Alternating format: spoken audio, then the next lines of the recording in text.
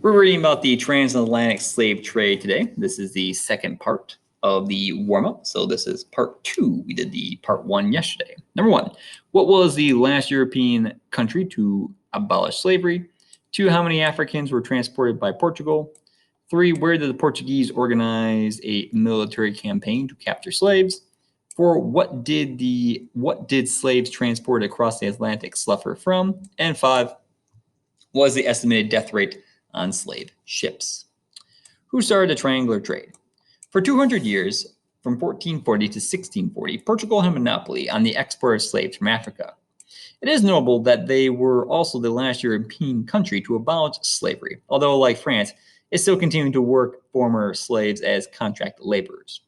It's estimated that during the 4.5 centuries of transatlantic slave trade, Portugal was responsible for transporting over 4.5 million Africans, roughly 40% of the total.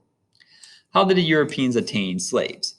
Between 1450 and the end of the 19th century, slaves were obtained from along the west coast of Africa with the full and active cooperation of African kings and merchants. There was an occasional military campaigns organized by Europeans to capture slaves, especially by the Portuguese in what is now Angola, but this accounts for only a small percentage of the total.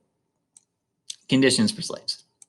Slaves were introduced to new diseases and suffered from malnutrition long before they reached the New World. It is suggested that the majority of deaths on the voyage across the Atlantic, the Middle Passage, occurred during the first couple of weeks and a result of malnutrition and diseases encountered during the forced marches and subsequent internment at slave camps on the coast. Conditions on slave trips are terrible, with an estimated death rate around 13%. All right, go and answer those questions if you would please.